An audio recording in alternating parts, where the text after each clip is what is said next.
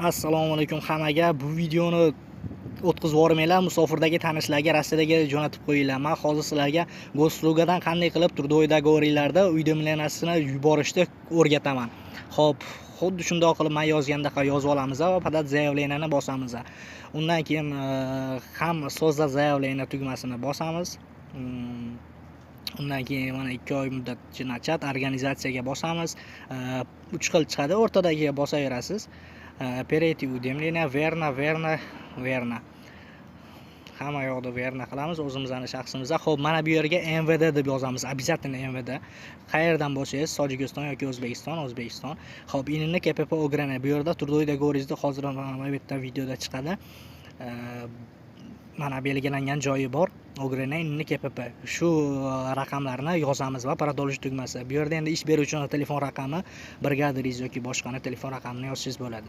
Endi seriya patent va nomer blankalariga xuddi shu orqasidagi bo'linmalarni to'ldirib продолжить tugmasini bosamiz va bu yerga hech qanaqa qaramaymiz. До конца продолжить. Bu yerda turdovoy va professiya, qachon shu turdovoyingizdagi adreslari, qachon imzo chekkaningiz hammasi bor va продолжить tugmasini bosamiz.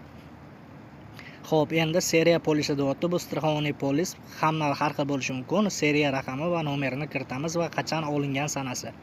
Продолжить tugmasini bosamiz. Xo'p, продолжить bosganimizdan keyin endi bizga turdoy dogovorimizni rasmi kerak bo'ladi. Bir beti oxirgi o'sha igrini adres pechat bosilgan yeri desam tushunarliroq bo'ladi. O'shani yuklab olamiz, rasmga qo'yib bir betini продолжить tugmasini bosamiz.